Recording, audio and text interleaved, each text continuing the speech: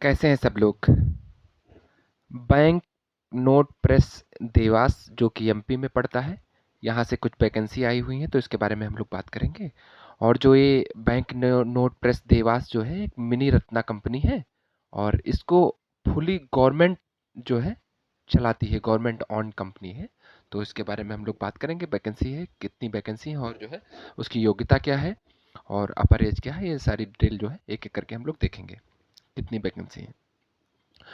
तो जो सबसे पहली वैकेंसी है जूनियर टेक्नीशियन इंक फैक्ट्री में है और ये 60 वैकेंसी है, नंबर ऑफ वैकेंसी 60 है।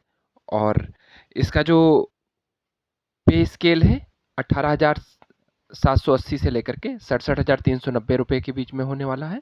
और अपर एज जो इसकी है 25 वर्ष है।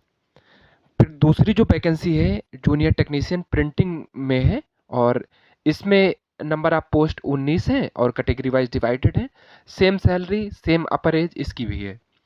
तीसरी जो वैकेंसी है जूनियर टेक्नीशियन इलेक्ट्रिकल और आईटी के लिए है और ये इसमें 2 वैकेंसी हैं। टोटल जो नंबर ऑफ वैकेंसी हैं ये 81 हैं, 81 वैकेंसी है और कैटेगरी वाइज डिवाइडेड है। तो आप लोग जो है जिस कैटेगरी से बिलोंग करते हो आप लोग देख सकते हो। जो फॉर्म भरने की शुरुआती तिथि है ये 26 फरवरी से लेकर के 28 मार्च तक आप लोग इसमें अप्लाई कर सकते हैं। 26 फरवरी से लेकर के 28 मार्च तक आप लोग इसमें अप्लाई कर पाएंगे। तो आप जो है अंतिम तिथि इसकी 28 मार्च है। और जो एक्सपेक्टेड एग्ज़ाम डेट है, संभावित परीक्षा की तिथि है अप्रैल से लेकर के मई में किसी दिन हो सकती है। तो वो आपको वेबसाइट के माध्यम से पता चल जाएगी कि कब जो है इसका पेपर होने वाला है। तो अब अगली जो डिटेल है क्वालिफिकेशन के बारे में हम लोग योग्यता के बारे में बात कर लेते हैं। जो जूनियर टेक्नीशियन इंक फैक्ट्री के लिए जो पोस्ट है वो उसमें जो मांगा हुआ है एसेंशियल क्वालिफिकेशन बात कर लेते हैं। आईटीआई होना, सर्टिफिकेट इन डाइस टेक्नोलॉजी में होना चाहिए या फिर पेन टेक्नोलॉजी में या फिर सरफेस कोटिंग टेक्नोलॉजी में या फिर प्रिंटिंग इंक टेक्नोलॉजी में या फिर printing technology along with 1 year ITI के सर्टिफिकेट के साथ साथ में आपके पास 1 ईयर का अप्रेंटिस सर्टिफिकेट होना चाहिए, तभी आप इस पद के लिए अप्लाई कर पाएंगे।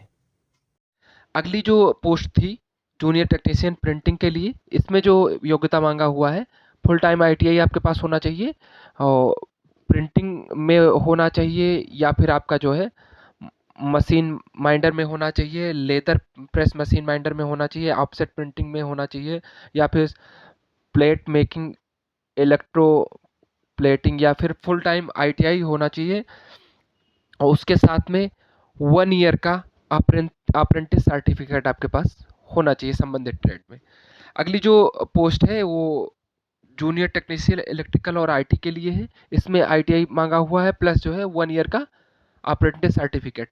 एक चीज़ अगली जो डिटेल आपको ध्यान रखने वाली बात है कि आप केवल आईटीआई अगर हैं तब भी आप अप्लाई नहीं कर सकते हैं और केवल अप्रेंटिस है तब भी आप अप्लाई नहीं कर सकते हैं। आपके पास दोनों योग्यता होना चाहिए, आईटीआई के साथ अप्रेंटिस आपके पास सर्टिफिकेट होना चाहिए, तभी आप जो है अप्लाई कर सकते हैं, एलिजिबल है उसके लिए। तो ये एक जो है बहुत महत्वपूर्ण डिटेल है। अगली जो डिटेल आपको बताने की है, रिजर्वेशन आप लोग जो है जिसमें आपको रिजर्वेशन मिलेगा वो आप संबंधित सर्टिफिकेट डॉक्यूमेंट आपको लगाने होंगे।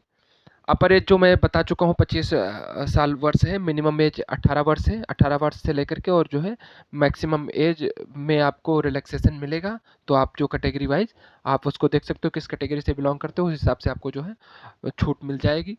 जो एग्जामिनेशन फ़ी है 600 इंक्लूडिंग जीएसटी है, 600 रुपये जीएसटी सहित है। और कैटेगरी वाइज इसमें जो है आपको इसमें छूट भी दी जाएगी। तो आप लोग देख लीजिएगा जिस कैटेगरी से आप लोग बिलोंग करते हो। सिलेक्शन प्रोसेस जो है वो उसके लिए आपका जो है एग्ज़ाम होगा और एग्ज़ाम जो होने वाला है 120 मिनट यानी कि 2 घंटे का होगा। और 2 घंटे में नंबर ऑफ क्वेश्चन जो आपसे होंगे पूछे जाएंगे वो 100 क्वेश्चन होंगे और 125 मार्क के लिए ये क्वेश्चन होंगे।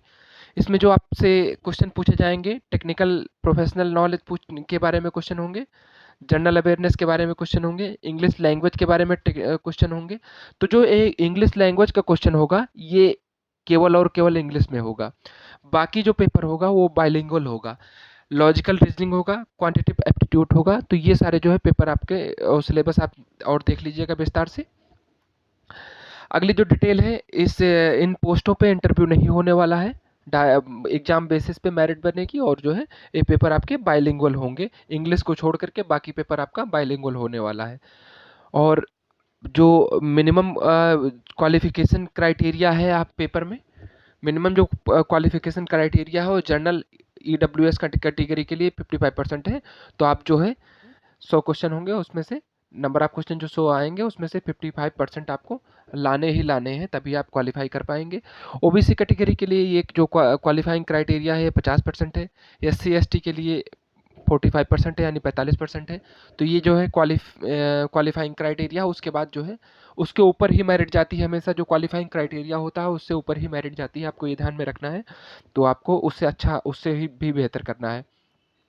इस पेपर में कोई भी नेगेटिव मार्किंग नहीं है, तो आपको जो है मेरी समझ से 100% क्वेश्चन अटेम्प्ट करने चाहिए, क्योंकि कोई नेगेटिव मार्किंग नहीं है। तो आपको जो क्वेश्चन नहीं भी आते हैं उनमें भी आपको गेस वर्क करना चाहिए। जो एग्जामिनेशन सेंटर होंगे आपको इस हिसाब से दिए जाएंगे। जो आंध्र प्रदेश में सेंटर होगा वो हैदराबाद में होगा, बिहार में जो सेंटर होगा पटना में होगा, दिल्ली का सेंटर दिल्ली ही रहेगा, और गुजरात में जो है 2 सेंटर हैं, अहमदाबाद और बड़ोदरा हैं। कर्नाटका में बेंगलुरु सेंटर होगा। मध्य प्रदेश में भोपाल, इंदौर, जबलपुर और ग्वालियर, ये इतने सेंटर मध्य प्रदेश में बनाए गए हैं। महाराष्ट्र में मुंबई, नागपुर और पुणे 3 सेंटर बनाए गए हैं। राजस्थान में जयपुर होगा सेंटर, और उत्तर प्रदेश में लखनऊ सेंटर होगा, और वेस्ट बंगाल में जो है कलकत्ता सेंटर होगा। तो ये इतने जो सेंटर इसके आपके बनाए गए हैं। आपको अपने स्टेट के हिसाब से सेंटर चूज कर लेना है, तो उस हिसाब से आपको सेंटर मिल जाएगा। तो आपको करना क्या है अप्लाई करने के लिए? आप जाएंगे देवास, BNP देवास की और .spmcil.com पे जा कर के आप कैरियर वाला ऑप्शन जो है वो सेलेक्ट करेंगे, और उस पे जा कर के आप अपना जो है फॉर्म फिल करेंगे। तो सारी डिटेल वहाँ पे आपको फिल करनी है, और सारी डिटेल फिल करने के बाद में जो है आपको ध्यान में रखना है कि कोई डिटेल अगर गलत हो गई है तो फिर से आपको उसको करेक्ट कर लेना है। और उसके बाद में अगर आपकी सारी डिटेल सही है तो आपको जो है अप्लाई कर देना है। और एक चीज़ और ध्यान रखना है, सबसे जो महत्वपूर्ण चीज़ है कि आप एक से अधिक पोस्ट के लिए एलिजिबल हैं, फिर भी आपको एक पोस्ट के लिए ही एप्लीकेशन देना है। और आप जो मैक्सिमम जिसमें आपकी योग्यता आप फुलफिल करते हो उस पोस्ट के लिए आप अप्लाई करिए। एक ही पोस्ट के लिए आप अप्लाई कर सकते हैं। आप ध्यान रखना है जो 3 तरीके की पोस्ट है उसमें से एक कैटेगरी की पोस्ट के लिए आप अप्लाई कर सकते हैं। आपको चूज़ करना होगा किस कैटेगरी के लिए आपको अप्लाई करना है। अगली जो डिटेल है और सारी चीज़ें आप लोग करेंगे कि फॉर्म फिल करेंगे, फ़ोटो, सिग्नेचर, साइन सारा कुछ करेंगे। आपको एक क्या ध्यान रखना है कि ये जो एक हैंड रिटन जो है डिक्लेरेशन आपको देना होगा। आई के बाद जो है अपना कैंडिडेट आप अपना नेम लिखेंगे, फिर उसके बाद में ये जो सारी डिटेल है, ये सारी डिटेल आपको जो है जैसे लिखा एज इट इज़ लिख करके और हैंड रिटन उसको स्कैन कर लेना, और स्कैन करके जो है उसको आप अपलोड करेंगे, तो तभी आपका फॉर्म जो है सबमिट माना जाएगा। फिर ये सारा प्रोसेस कर देंगे आप। उसके बाद में जो अगली डिटेल जो है कुछ शायद बताने की अब बची नहीं है, जो बताने की बची होगी मैं बता देता हूँ। तो उसके बाद हाँ, एक जो सबसे महत्वपूर्ण बात है, इसमें आपका 1 वर्ष का प्रोबेशन पीरियड होगा। बाकी कोई इसमें फॉर्म भरने में असुविधा होनी नहीं चाहिए। अगर कोई असुविधा होती है तो आप पूछ भी सकते हैं। और एक छोटी सी डिटेल थी, जो लोग इच्छुक हैं, एलिजिबल हैं, अप्लाई कर सकते हैं। बाकी अपना ख्याल रखें। Thanks for watching.